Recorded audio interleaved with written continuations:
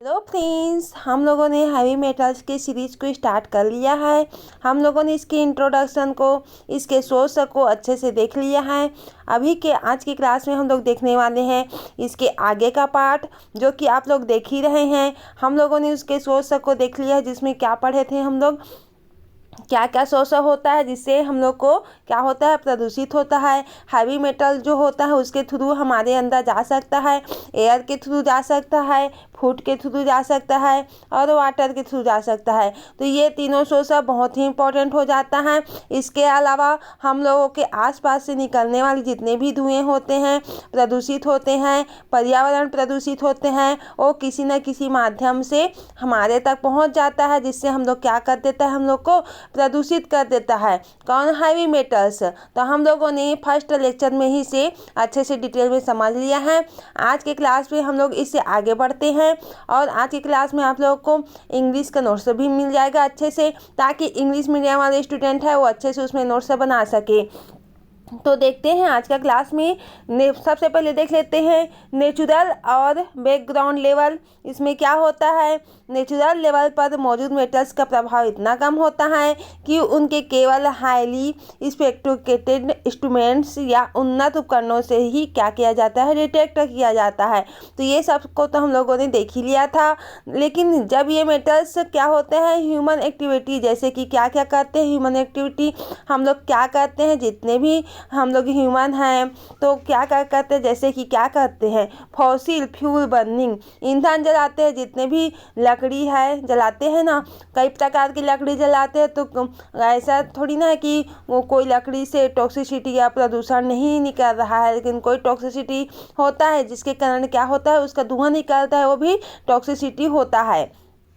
Industrial influence, उद्योग के अपशिष्ट से जितने भी निकलने वाली धुएं होते हैं वो होते हैं। माइनिंग, खनन और मेटलर्जी, तो ये इस प्रकार से हम लोग का क्या होता है, हम लोग की एक्टिविटी से जितने भी प्रदूषण फैल रहे हैं ये सब उसके कारण होते हैं। ठीक है, हम लोग क्या क्या करते हैं जिसके कारण हम लोग को यहाँ प्रदूषित हो जाता है, कौन? वातावरण। ठीक है, आप देखते हैं आगे, वातावरण में छोड़े जाते हैं, इसकी मात्रा बढ़ जाती है, जिससे क्या होता है, टॉक्सिक लेवल उत्पन्न हो जाता है। यही मेटल पॉल्यूशन कहलाती है। मेटल पॉल्यूशन किसके कारण हो रहा है? पूरा वातावरण में जितने भी हम लोग ना चाह रहे हैं और हो रहा है वही तो प्रदूषण है, लेकिन हम लोग खुद कर रहे हैं कई प्रकार के, जैसे कि ईंधन जलाना और कारखानों से निकलने वाली धुएं होता है। कई प्रकार के ऐसे एक्टिविटी है जो ह्यूमन भी इससे क्या होते हैं, ह्यूमन भी इसके लिए जिम्मेदार होते हैं। अब देखते हैं आगे। आगे क्या देखेंगे हम लोग, हिस्टोरिकल इंसिडेंट्स। ये क्या होता है इसको देख लेते हैं। मिनीमाता बाय इंसिडेंट, मरकरी पारा का प्रभाव।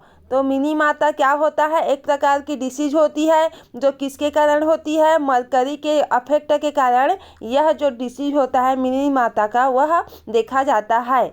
और क्या होता है, इटाई डिसीज होता है। ठीक है, इटाई क्या होता है, एक प्रकार का डिसीज होता है जो कि किसके अफेक्ट से देखा जाता है, कैडमियम के अफेक्ट से देखा जाता है। उसी प्रकार गेनुवेल्गम, ये क्या होता है, मोलिब्डेनम के अफेक्ट से देखा जाता है। ठीक है, तो इस प्रकार से हम लोगों का कई प्रकार के डिसीज होते हैं जो हैवी मेटल्स के इसके कारण हो जाते हैं।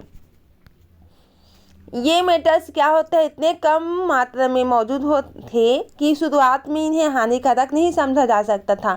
पहले तो हम लोग जानते ही हैं कि पहले ज़माने में बहुत कम प्रदूषित होते थे, तो हैवी मेटल्स उतना अफेक्टेड नहीं था, तो हम लोग हैवी मेटल्स को क्या प्रदूषण का कारण नहीं समझते थे। लेकिन आजकल के डेट में हम लोग तो हैवी मेटल्स को कारण का सबसे बड़ा स्रोत ही समझेंगे, क्योंकि ये इसके अफेक्ट से बहुत बड़ी बड़ी डिसीज यहाँ पर उत्पन्न हो जाती है। मानव गतिविधियों की उनकी मात्रा बढ़ा दी गई है, जिससे इनकी टॉक्सिक लेवल पार हो गया है। गंभीर बीमारियां हो जाती है, बहुत क्या हो जाती है, लॉन्ग टाइप की बीमारियां हो जाती है, जिसे ठीक नहीं किया जा सकता। ठीक है, तो इस प्रकार से हैवी मेटल्स जो होते हैं हमारे लिए बहुत ही हानिकारक हो जाते हैं। अब देखते हैं आगे आगे क्या होता है हम लोग का एसेंशियल एंड टॉक्सिक मेटल्स। तो एसेंशियल एंड टॉक्सिक मेटल्स में क्या क्या आते हैं, कई हैवी मेटल्स होते हैं, जैसे कि क्या क्या होते हैं हम लोग का, आयरन होते हैं, manganese, zinc, cobalt, chromium, copper, nickel, molybdenum, vanadium. तो वो ये क्या होते हैं, प्लांट्स और जानवरों के लिए क्या होते हैं, आवश्यक होते हैं। तो ये एसेंशियल जो है हमारे, ये क्या होते हैं, एसेंशियल है, ज़रूरत है, ठीक है, नीड है, किसके लिए, प्लांट और जंतुओं के लिए, जानवरों के लिए, ठीक है। तो ये क्या होता है, नीड हो जाता है। ये भी हैवी मेटल्स है लेकिन ये आवश्यक हो जाता है, ठीक है। इसमें किसी भी मेटल की कमी से स्वास्थ्य पर बुरा प्रभाव पड़ सकता है, क्योंकि हम लोग जानते हैं कि कई प्रकार के मेटल, जैसे कि हम लोग को भी तो आयरन की नीड होती है ना, और आयरन क्या होता है, हैवी मेटल होता है। तो कई प्रकार के हैवी मेटल ऐसे होते हैं जो हम लोग के लिए रिक्वायर हो जाती है और हमारे लिए बेनिफिशियल होती है। ठीक वैसे ही विटामिन की कमी हो जाती है, ठीक है। अब देखते हैं आगे, अधिक मात्रा में ये मेटल क्या होते हैं, टॉक्सिक होते हैं। कोई भी चीज़ लेते हैं तो अधिक मात्रा में क्या हो जाते हैं, टॉक्सिसिटी क्रिएट करते हैं। कोई भी मेटल जो होता है, हम लोग की ही बात करें तो क्या होता है, जितना शरीर को चाहिए उतना ही लेंगे तब जाके वो ठीक रहता है। अगर उससे ज़्यादा या कम हो जाए तो क्या हो जाता है, वो डिसीज का कारण बन जाता है। तो इस प्रकार से क्या होता है, हम लोग का जो हैवी मेटल है वो यूजफुल हो जाता है, हमारे लिए एसेंशियल हो जाता है, रिक्वायरमेंट हो जाता है। गंभीर स्वास्थ्य या पर्यावरणीय समस्याएं यहाँ पर से पैदा हो जाती है इसके अगर कमी हो जाएगा तो। अब देखते हैं आगे आगे हम लोग का क्या होता है, deadly heavy metals, it means क्या होता है, घातक भारी धातु। क्या क्या होते हैं घातक धातु में से, उसको देखेंगे। हैवी मेटल्स वे होते हैं जिसमें क्या होते हैं, 19 तत्व होते हैं जिनकी फिजिकल केमिकल कैरेक्टर जो होते हैं आपस में मिलीजुली होती है। ये बाकी के 97 ज्ञात तत्वों में से काफ़ी अलग होते हैं, ठीक है। तो ये क्या होता है, हम लोग के फिजिकल केमिकल आपस में मिलती जुलती है, जो 19 तत्व होते हैं उसके, ठीक है, जो 19 तत्व होते हैं उसके। अब देखते हैं आगे आगे क्या होता है हम लोग का, टॉक्सिक हैवी मेटल्स। तो अब कौन कौन से जो मेटल्स होते हैं वो हमारे लिए बहुत ही ज़्यादा हानिकारक होते हैं, उसको देख लेते हैं।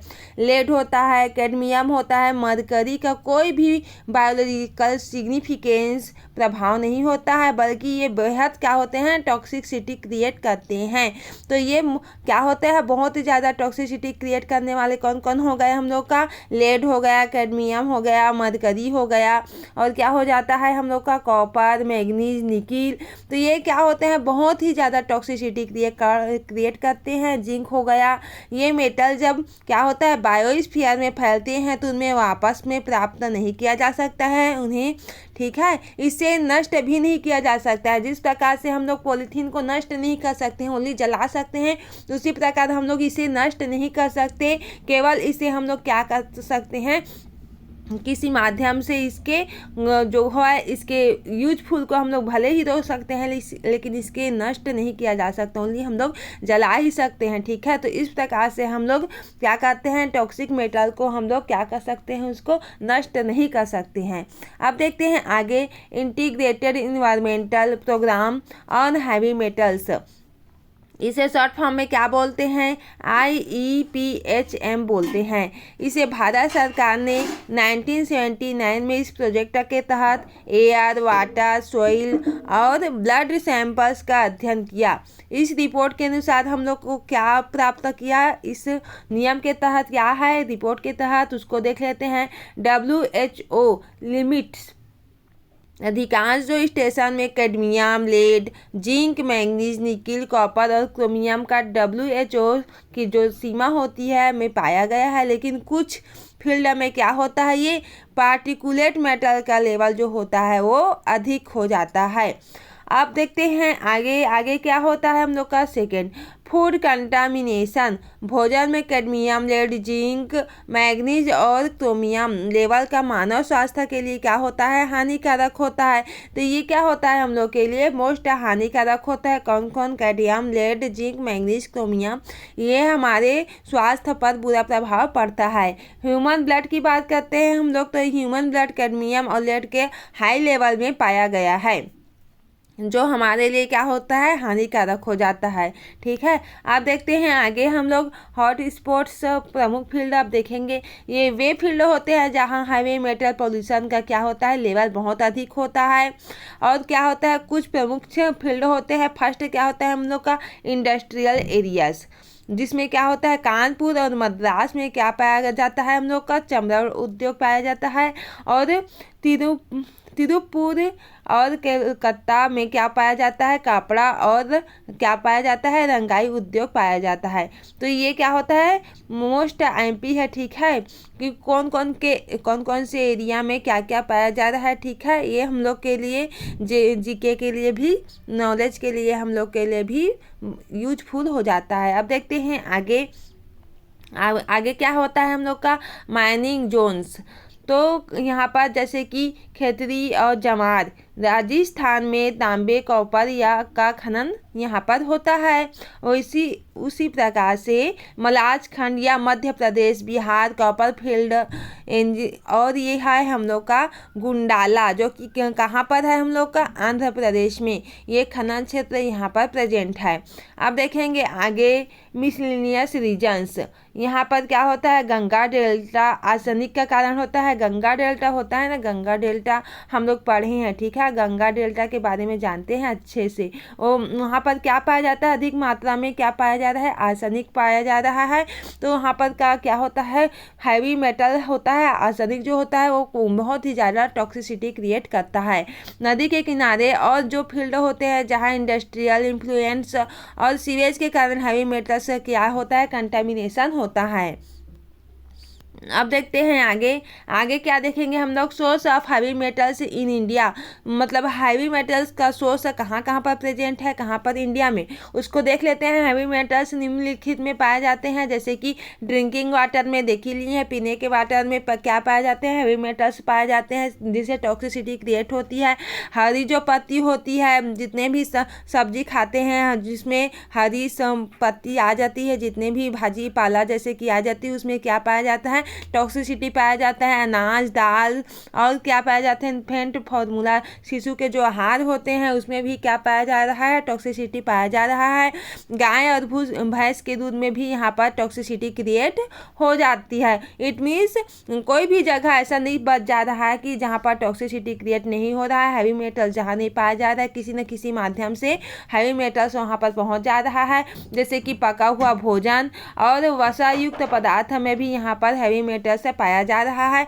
तो इस प्रकार से बहुत से चीज़ है जहाँ पर हैवी मेटल्स का फॉर्मेशन या वहाँ पर पाया जा रहा है। तो अब ये सब सोर्स में तो पाया जाता है, इसको तो हम लोग खाते ही हैं। तो इस माध्यम से हमारे तक जो हैवी मेटल्स है वो पहुँच जाती है। आप देखेंगे डोमिनेंट नेचर। हैवी मेटल्स लंबे समय तक क्या होते हैं, डोमिनेंट रह सकते हैं, निष्क्रिय रह सकते हैं। कोई भी चीज़ रहता है ना, जैसे कि कोई भी मछली रहता है, अगर पानी में लंबे समय तक रहता है तो जीवित रहता है, बाहर निकाल देते हैं तो मर जाता है। ठीक है, उसी प्रकार से जैसे कि हैवी मेटल्स जो होते हैं लंबे समय तक तो निष्क्रिय रहते हैं, कोई भी उसमें एक्टिविटी नहीं रहती, लेकिन अचानक से कुछ भी चीज़ मिले, ठीक है, उसको रिएक्शन करने का जो माध्यम मिले तो क्या होता है, फट से एक्टिव हो जाता है। ठीक है, तो इस प्रकार से क्या होता है, गंभीर समस्या हो जाती है जो हैवी मेटल्स होता है।